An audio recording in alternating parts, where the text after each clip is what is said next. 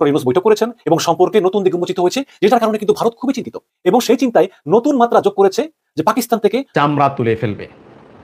Supreme court প্রাঙ্গণে এই BP Nurul হক নূর যে আজকে তাজুল ইসলামের চামড়া তুলে ফেলার অপরাধে তার হাত পা ধরে ক্ষমা চেয়েছে, সেই তাজুল ইসলামের কাছেই আবার দিন না পেরোতেই ক্ষমা চেয়েছে। ভারতে পালিয়ে যাওয়া শেখ হাসিনাকে দেশে ফেরানোর জন্য সরকার চেষ্টা করছে, এরকম মনে হতেই পারে আমাদের। সরকার চেষ্টা করারই কথা। ইনফ্যাক্ট 2-3 দিন আগে আমরা দেখেছি আন্তর্জাতিক অপরাধ আদালতের চিফ প্রসিকিউটর জনাব তাজুল ইসলাম জানিয়েছেন, তিনি কি জানিয়েছেন একটু পড়ি, এবং সেটা দিয়ে আদতে আমাদের কোনো বেনিফিট হবে কিনা, যদি হয়ে থাকে তাহলে তো হলোই, যদি না হয়ে থাকে তাহলে কেন আসলে এটা করা হচ্ছে। ভারতের জন্য একটা বড় দুঃসংবাদ রয়েছে। দুঃসংবাদটা কি আমি বলবো না, ভিডিওটি দেখতে থাকুন। কাজী হিমায়তুদ্দিন মিশন তার বক্তব্যটি শুনলে হয়তো বুঝতে পারবেন যে ভারতের জন্য আসলে বর্তমানে সময়ে বড় দুঃসংবাদটা কি। তার সাথে সাথে আমরা সকলেই ইতিমধ্যে জেনে গিয়েছি, ইন্টারপোলে রেড অ্যালার্ট জারি করা হয়েছে শেখ হাসিনাকে দেশে ফিরিয়ে এনে তাকে শাস্তির আওতায় আনার জন্য। তো এটা কি আদৌ সম্ভব? শেখ হাসিনাকে দেশে ফিরিয়ে এনে শাস্তি দিতে পারবে সরকার? প্রিয় দর্শক, বিষয়টি নিয়ে কিন্তু বিস্তারিত আলোচনা করেছেন জাহিদুর রহমান। আর আরও একটা বিষয়, আন্তর্জাতিক ট্রাইব্যুনালের তাজুল ইসলাম ওনাকে নিয়ে কিন্তু বিপি নুরুল হক নূর নাকি যেন একটা বলছে, পরবর্তী তার কাছে ক্ষমাও চেয়েছে। তো প্রিয় দর্শক, আসলে মূলত 3টি ভিডিও আপনাদের সম্মুখে নিয়ে হাজির হয়েছে, খুবই গুরুত্বপূর্ণ 3টি ভিডিও। তাই সবাইকে বলবো একটু ধৈর্য সহকারে আজকের এই ভিডিওটি দেখতে থাকুন, এবং খুবই আকর্ষিত কিছু ভিডিওই হতে চলেছে আজকের এই ভিডিওর মধ্যে। আর আসলে গতকাল কাজ করতে পারিনি, একটু অসুস্থ ছিলাম, সেই জন্যই। তো যাই হোক, চলুন একটা লাইক দিয়ে আমরা সবগুলো ভিডিও দেখে আসি। হাসিনার এই 15 বছরের শাসনামলে হাসিনা পাকিস্তানের সঙ্গে সম্পর্কটা অত্যন্ত খারাপ করে রেখেছিলেন এবং হাসিনা চুক্তি ছিল যে যারা 71 সালে গণহত্যা চালিয়েছে তাদের সঙ্গে তো সম্পর্ক ভালো রাখা যায় না। এটা অবশ্যই সত্যি যে গণহত্যা চলেছিল, কিন্তু হাসিনা মূলত ওই কারণে জানা সম্পর্ক খারাপ করেছিলেন। তার চেয়ে বড় কারণ ছিল হাসিনা তার প্রভু ভারতকে খুশি রাখতে চেয়েছেন, যে পাকিস্তানের সঙ্গে সম্পর্ক খারাপ রাখলেই কিন্তু ভারত খুশি হবে। এই কারণে মূলত হাসিনা পাকিস্তানের সঙ্গে সম্পর্ক খারাপ করে রেখেছিলেন। মুক্তিযুদ্ধ কিছু না, যদি তিনি এত মুক্তিযুদ্ধ মানতেন তাহলে রাজাকারের ছেলের সঙ্গে তার মেয়ের বিয়ে দিতেন না। যাই হোক, এটা অন্য প্রসঙ্গ। তো এখন হাসিনা 5 আগস্ট পালিয়ে যাওয়ার পর থেকে কিন্তু পাকিস্তানের সঙ্গে বাংলাদেশ সম্পর্কে একটা নতুন অধ্যায় শুরু হয়েছে। একাধিক পর্যায়ে যোগাযোগ হয়েছে, কূটনৈতিক যোগাযোগ বাড়ছে এবং নিউ ইয়র্কে জাতিসংঘের সাধারণ অধিবেশনের ফাঁকে ফাঁকে পাকিস্তানের প্রধানমন্ত্রী শাহবাজ শরীফের সঙ্গে ডক্টর ইউনূস বৈঠক করেছেন এবং সম্পর্কে নতুন দিক উন্মোচিত হয়েছে, যেটার কারণে কিন্তু ভারত খুবই চিন্তিত এবং সেই চিন্তায় নতুন মাত্রা যোগ করেছে যে পাকিস্তান থেকে সরাসরি 300 কন্টেইনার নিয়ে একটা পণ্যবাহী জাহাজ সরাসরি চট্টগ্রাম বন্দরে এসে ভিড়েছে। এর আগে কিন্তু এই জাহাজগুলো ভিড়তে পারতো না। এর আগে পাকিস্তান থেকে মাল আনলে ওই জাহাজগুলো সিঙ্গাপুর যেত, সিঙ্গাপুর থেকে মাল খালাস করে আবার বাংলাদেশে জাহাজে করে সেই মালগুলো বাংলাদেশে নিয়ে আসতো, কিন্তু এখন সরাসরি আসতেছে।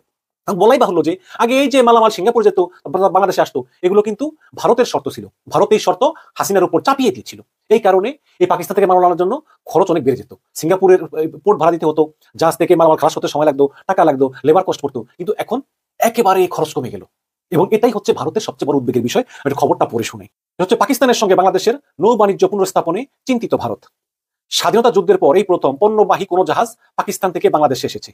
বুধবার 13 নভেম্বর জাহাজটি করাচি থেকে রওনা হয়ে চট্টগ্রাম বন্দরে নোঙ্গর করে। ঘটনাটিকে দুই দেশের মধ্যে প্রথম সরাসরি সামুদ্রিক সংযোগ বলে উল্লেখ করেছেন ঢাকায় নিযুক্ত পাকিস্তান হাইকমিশন। পাকিস্তানের সঙ্গে বাংলাদেশের নৌ বাণিজ্য পুনর্স্থাপনে চিন্তিত ভারত। বাংলাদেশে নিযুক্ত পাকিস্তান হাইকমিশনার সৈয়দ আহমেদ মারুফ এই ঘটনাকে দ্বিপাক্ষিক বাণিজ্যে একটি প্রধান পদক্ষেপ বলে উল্লেখ করেছেন। তবে এই পরিস্থিতিতে নিরাপত্তা নিয়ে উদ্বেগ প্রকাশ করেছে ভারত। আজ শুক্রবার ভারতীয় সংবাদ মাধ্যম দ্য টেলিগ্রাফের অনলাইন সংস্করণে প্রকাশিত এক প্রতিবেদনে বলা হয় যে ভারতের পূর্ব পশ্চিমাঞ্চলীয় প্রতিবেশীগুলোর মধ্যে এই ধরনের সরাসরি সামুদ্রিক সংযোগের ফলে বাংলাদেশের দক্ষিণ পূর্ব উপকূলের কাছাকাছি ভারতের উত্তর পূর্বাঞ্চল রাজ্যগুলোতে একটা অস্থিতিশীলতা সৃষ্টির সম্ভাবনা রয়েছে। মানে এই বাংলাদেশ ও পাকিস্তানের সরাসরি জাহাজ চলাচলের ফলে বাংলাদেশের যে উত্তর পূর্বাঞ্চল রাজ্যে, যে আসাম, ত্রিপুরা, মেঘালয়, ওইখানে একটা অস্থিতিশীল পরিস্থিতির সৃষ্টি হতে পারে। ভারতের নিরাপত্তা সংস্থার এক সূত্র বলেছে যে গত বছর মোংলা বন্দরের একটা টার্মিনালের অপারেটিং অধিকার সুরক্ষিত করে চীনের বিরুদ্ধে কৌশলগত জয়লাভ করেছিল ভারত। আপনারা জানেন যে গত বছর হাসিনার সঙ্গে চুক্তি হয়েছে ভারতের যে মোংলা বন্দরটা ভারত অপারেটিং করবে। তো এটাকে একটা কৌশলগত বিজয় বলে ভারত দেখেছিল এবং চীনকে তারা কাজকলা দেখিয়ে মোংলা বন্দরের নিয়ন্ত্রণ নিয়েছিল। কিন্তু এখন পাকিস্তান চট্টগ্রাম বন্দরে প্রবেশাধিকার পেয়েছে এবং আর 2 দিন পর হয়তো মোংলা বন্দরেও পাবে, তাই না? যেহেতু একই দেশের বন্দর। এবং এই পাকিস্তানের যে জাহাজ চলাচল মোংলা বন্দরে এবং চট্টগ্রাম বন্দরে, এটা এই ভূরাজনীতিতে একটা বিরাট প্রভাব ফেলবে। এবং এই চট্টগ্রাম বন্দরের খুব কাছাকাছি আবার মিয়ানমার, ঝামেলা কিন্তু ওই জায়গায় আছে এবং মিয়ানমারে যুদ্ধ চলতেছে। বুধবার করাচি জাহাজটি 300-র বেশি কন্টেইনার নিয়ে চট্টগ্রাম বন্দরে ভিড়ে। জাহাজ বেরানোর সময় ঘটনাস্থলে উপস্থিত ছিলেন বাংলাদেশ নিযুক্ত পাকিস্তানি হাইকমিশনার সৈয়দ আহমেদ মারুফ। তিনি বলেন যে এই নতুন রুটটি পণ্য পরিবহনের চেনকে স্ট্রিমলাইন করবে, ট্রানজিট সময় কমিয়ে দেবে, খরচ কমিয়ে দেবে এবং পাকিস্তান বাংলাদেশ উভয় দেশের জন্য নতুন ব্যবসা সুযোগ খুলে দেবে। এবং ভারতীয় সংবাদ মাধ্যম টেলিগ্রামকে এক ভারতীয় বিশেষজ্ঞ বলেন যে চট্টগ্রাম এবং মোংলা বাংলাদেশের দুটি প্রধান সমুদ্র বন্দর এবং উভয়ই 5 দশকের বেশি সময় ধরে পাকিস্তানের কোনো জাহাজ সেখানে ভিড়তে পারে না। সিঙ্গাপুর বা কলম্বোতে ট্রানশিপ্টের মাধ্যমে এই দুই দেশের ব্যবসা বাণিজ্য হতো। এখন যেহেতু পাকিস্তানি জাহাজগুলো সরাসরি চট্টগ্রামে আসবে বা বাংলাতে আসবে, এই জাহাজগুলোর মাধ্যমে ভারতের উত্তর পূর্বাঞ্চল রাজ্যের যে বিদ্রোহী, যেসব বিদ্রোহীরা একটি স্বাধীন দেশের জন্য নিজ নিজ রাজ্যে সংগ্রাম করছে, যেমন উলফা, নাগাল্যান্ড, এদের হাতে পাকিস্তানি জাহাজের মাধ্যমে আনা অস্ত্র এদের হাতে পড়তে পারে বলে এই সম্ভাবনা উড়িয়ে দেওয়া যায় না। বিশেষ করে বিএনপির ক্ষমতার আমলে চট্টগ্রামে 2023 সালে 10 ট্রাক অস্ত্র উদ্ধারের কথা স্মরণ করিয়ে এই ভারতীয় বিশেষজ্ঞ বলেন যে দক্ষিণ এশিয়ার অবৈধ অস্ত্র বাজেয়াপ্ত করা যে ঘটনাগুলো ঘটেছে, এটা হতে সবচেয়ে বড় ঘটনা, যেখানে 10 ট্রাক অস্ত্র আনা হয়েছে ভারতীয় বিচ্ছিন্নতাবাদীদেরকে সাহায্য করার জন্য। এটা আমরা ভুলি কি করে? এদিকে পাকিস্তানের জাহাজ বাংলাদেশের নোঙরের বিষয়টিও ঐতিহাসিক বলা হচ্ছে। গত 5ই আগস্ট হাসিনা সরকারের পতনের পর ডক্টর মোহাম্মদ ইউনূস নেতৃত্বাধীন বাংলাদেশের নতুন শাসন ব্যবস্থা সরাসরি সমুদ্র সংযোগকে স্বাগত জানায়। পাকিস্তানের সঙ্গে বাণিজ্যের পরিমাণ বৃদ্ধিরও আশা করে কর্তৃপক্ষ। 2023 সালে পাকিস্তানের সঙ্গে বাংলাদেশের বাণিজ্যের পরিমাণ 800 মিলিয়নের নিচে নেমে গিয়েছিল, এখন সেটা বাড়বে বলেই বিশ্বাস। দর্শক, আপনারা কি মনে করেন একটু বলেন, আমি মতামত শুনতে চাই। এই যে পাকিস্তানের সঙ্গে সরাসরি সম্পর্ক উন্নয়ন, সরাসরি জাহাজ চলাচল, বাণিজ্যিক সম্পর্ক পুনর্স্থাপন, আবার পাকিস্তান ঘোষণা দিয়েছে যে যদি কোনো বাংলাদেশি পাকিস্তান যেতে চায় তাহলে তার ভিসার প্রয়োজন হবে না, বিমানবন্দরে নেমে অন অ্যারাইভাল ভিসা পাবে। তো এই যে সম্পর্কের উন্নয়ন এবং এই সম্পর্কের উন্নয়নে ভারত অত্যন্ত রাগান্বিত, কোনো সন্দেহ নেই। তো ভারতকে খেপিয়ে এই পাকিস্তানের সঙ্গে সম্পর্ক উন্নয়নটা আপনারা আসলে কিভাবে দেখছেন, আপনারা একটু কমেন্টে জানাবেন। ভারতে পালিয়ে যাওয়া শেখ হাসিনাকে দেশে ফেরানোর জন্য সরকার চেষ্টা করছে, এরকম মনে হতেই পারে আমাদের। সরকার চেষ্টা করারই কথা। ইনফ্যাক্ট 2-3 দিন আগে আমরা দেখেছি আন্তর্জাতিক অপরাধ আদালতের চিফ প্রসিকিউটর জনাব তাজুল ইসলাম জানিয়েছেন, তিনি কি জানিয়েছেন একটু পড়ি, এবং সেটা দিয়ে আদতে আমাদের কোনো বেনিফিট হবে কিনা, যদি হয়ে থাকে তাহলে তো হলো, যদি না হয়ে থাকে তাহলে কেন আসলে এটা করা হচ্ছে। তিনি বলছেন, শেখ হাসিনা গণহত্যা, গুমসহ অন্যান্য মানবতা বিরোধী অপরাধে অভিযুক্ত এবং মামলার আসামি, তবে তিনি পালিয়ে গেছেন এবং বর্তমানে দেশের সীমানার বাইরে অবস্থান করছেন। এরকম একজন অপরাধীকে গ্রেফতার করতে বা তার বিরুদ্ধে রেড অ্যালার্ট নোটিশ জারি করতে আন্তর্জাতিক সংস্থা হিসেবে ইন্টারপোলকে গত রোববার চিঠি দেওয়া হয়েছে। এটা রেড অ্যালার্ট বলা হচ্ছে, কিন্তু আসলে ইন্টারপোলে রেড নোটিশ বলে, ওদের ওয়েবসাইটে এভাবেই লেখা আছে। এবং গ্রেফতার করতে বা তার বিরুদ্ধে রেড অ্যালার্ট নোটিশ, মানে ইন্টারপোল কি গ্রেফতার করতে পারে? পারে না। যাই হোক, আমরা এর মধ্যেই অনেকে ধারণাই করি যে শেখ হাসিনাকে আসলে ফেরানো যাবে না এটা দিয়ে, বা আমরা এই যে ইন্টারপোলের কথা বলছি তার চেয়ে ইভেন স্ট্রঙ্গার অপশন আমাদের ছিল, সেটা হচ্ছে আসামি প্রত্যার্পণ চুক্তি ভারতের সাথে। এটা আমাদের 2013 সালে, আমি ভুল না করলে, এটা স্বাক্ষরিত হয়েছিল। সুতরাং হচ্ছে এতে দ্বিপাক্ষিক চুক্তিই আছে। সেই তুলনায় একটা দুর্বল ইন্টারপোলের কথা কেন বলা হচ্ছে?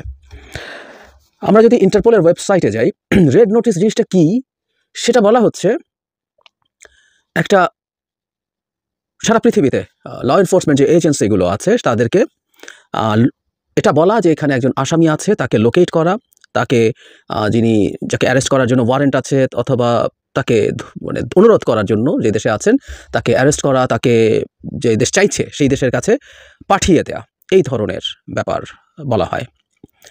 এখানে খুব ক্লিয়ারলি একটা কথা ওরা আলাদা ব্রাইট কালার দিয়ে লিখে দিচ্ছেন, a red notice is an international alert for a wanted person but it is not an arrest warrant। খুব স্পষ্ট কথা, এটা কোনোভাবে অ্যারেস্ট ওয়ারেন্ট না, এটা একটা অ্যালার্ট। এর আগে হ্যাঁ, রেড অ্যালার্টের ক্ষেত্রে তাকে অ্যারেস্ট এবং তাকে যে দেশ চাইছে তার কাছে ফেরত পাঠানোর প্রভিশন আছে। এটা 8টা এই ধরনের অ্যালার্ট আছে দেখলাম, এর মধ্যে রেড নিশ্চিত সর্বোচ্চ, এবং এটার মধ্যে ফেরত পাঠানোর কথা আছে। আরগুলোতে মূলত তাদের লোকেশন খুঁজে পাওয়া, আইডেন্টিফাই করা, এই ধরনের কথাবার্তাই বেশি।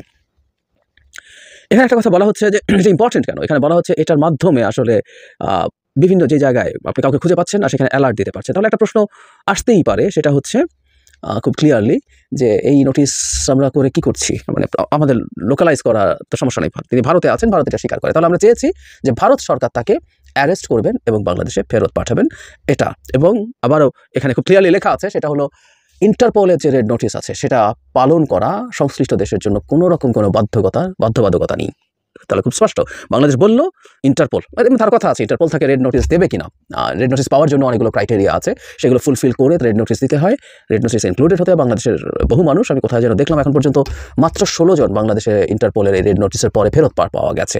16 না, বাংলাদেশে ধরে নিলাম যতজন তালিকায় ছিল, সম্ভবত এই মুহূর্তেও 60-এর বেশি মানুষ এই তালিকায় আছে। সবাইকেও যদি পাওয়া যেত শেখ হাসিনাকে পাওয়া যাবে কিনা, তাই না? তো যেটা বলছিলাম যে হাতে গোনা কিছু মানুষই পাওয়া গেছে তুলনামূলকভাবে। সেক্ষেত্রে সেই রাষ্ট্র যারা এটা করতে রাজি হয়েছে তারা রাজি হয়েছে বলে এটা হয়েছে। এটার মানে এই না যে ইন্টারপোল বলেছে বলে এটা করছে। ইন্টারপোল জাস্ট একটা এজেন্টের মতো একটা দেশের তথ্য আরেকটা দেশের কাছে পৌঁছে দেয়, সো দ্যাট অফিসিয়ালি তাকে জানানো হয়, সেই দেশটা তখন তাকে চেষ্টা করে গ্রেফতার করে, তার যদি ইচ্ছে হয়, এবং ফেরত পাঠাতে পারে। রেড অ্যালার্টের ক্ষেত্রে, অন্য অ্যালার্টগুলোর ক্ষেত্রে ফেরত পাঠানোর কথা নেই। এখন ওই যে কথা যে শেখ হাসিনাকে এটার তালিকায় অন্তর্ভুক্ত করা যাবে কিনা সেটারও প্রসেস আছে, সেটার বিরুদ্ধে আইনি লড়াই করে সেই নাম বাদও দেওয়া যেতে পারে। এগুলো কতগুলো এই নোটিশটা সম্পর্কে কিছু আইনি খুঁটিনাটি। কিন্তু যে বলছিলাম যে ফেরত আনা যাবে এভাবে, আসামি প্রত্যার্পণ আইনে আমরা তো তাকে চাইতে পারতাম, খুব ক্লিয়ারলি চাইতে পারতাম, ইজন্ট ইট? আমাদের তার বিরুদ্ধে ওয়ারেন্ট হয়েছে এবং আর 1-2 দিন পরে তার সম্ভবত 18 তারিখ তার আদালতে এসে আত্মসমর্পণ করার সময়সীমা শেষ হচ্ছে, সুতরাং তার বিরুদ্ধে গ্রেফতারি পরোয়ানা জারি হবে। সেটার ভিত্তিতেই আমরা চাইতে পারি। যদিও আমাদের নিশ্চয়ই মনে আছে আমাদের প্রধান উপদেষ্টা এটা অবশ্য ক্লিয়ারলি বলে দিয়েছেন, শেখ হাসিনাকে তারা তার সাজা হয়ে যাওয়ার আগে ভারতের কাছে ফেরত চাইবেন না। তাহলে এটাও খুব স্পষ্ট, শেখ হাসিনা ভারতে থাকতে পারছেন এবং তার বিরুদ্ধে যে কোনোভাবেই হোক ফেরত, বিশেষ করে আসামি প্রত্যার্পণ চুক্তি অনুযায়ী তাকে চাওয়া হবে না।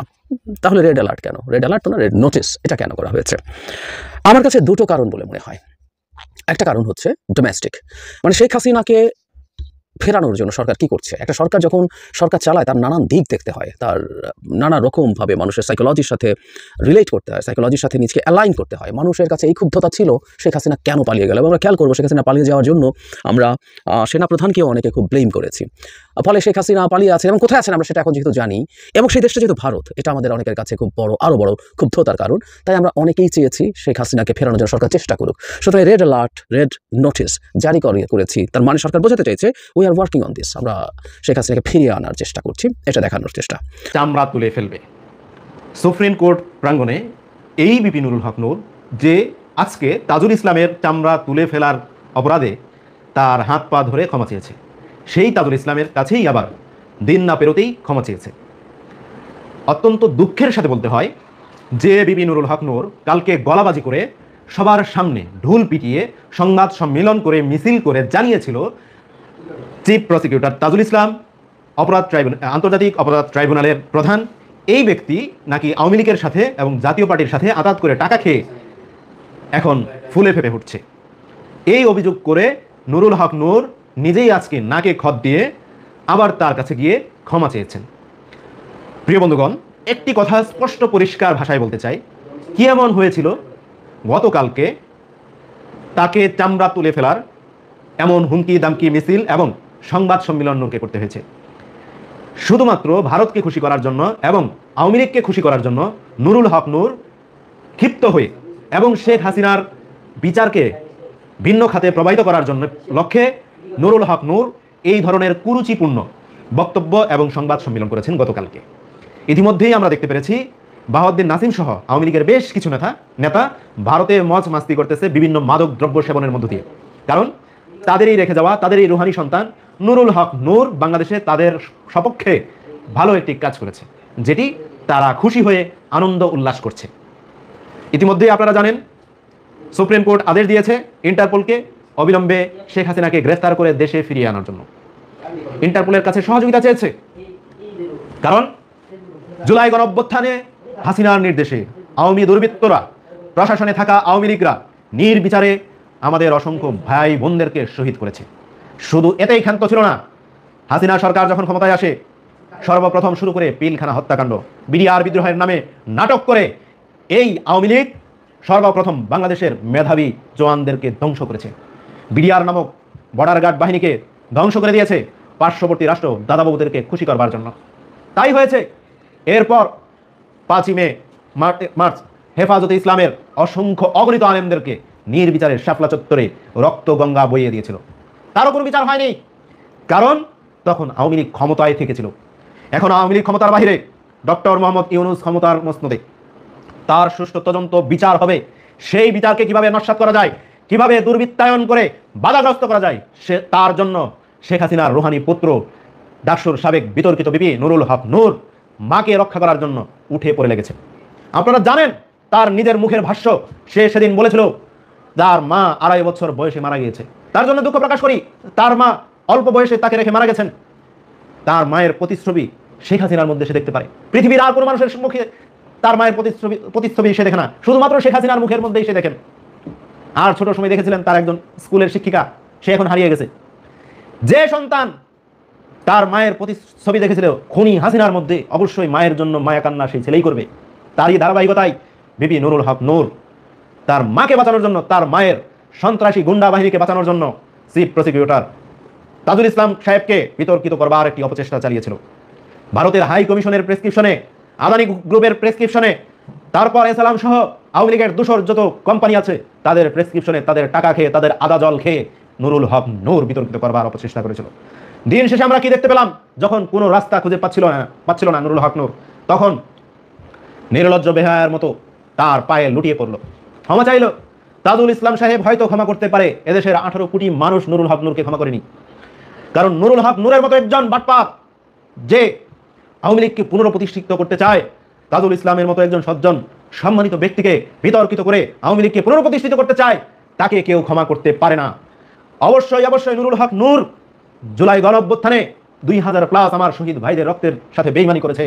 আজকে যারা বিভিন্ন বাংলাদেশের হসপিটালে পঙ্গুত্ব বরণ করে চিকিৎসাধীন অবস্থায় রয়েছেন, সকলের এই পঙ্গুত্বর সাথে ত্যাগ তিতিক্ষার সাথে বেইমানি করেছেন নুরুল হক নূর। নুরুল হক নূর সুযোগ পেয়ে সকলের সাথে বেইমানি করেছে।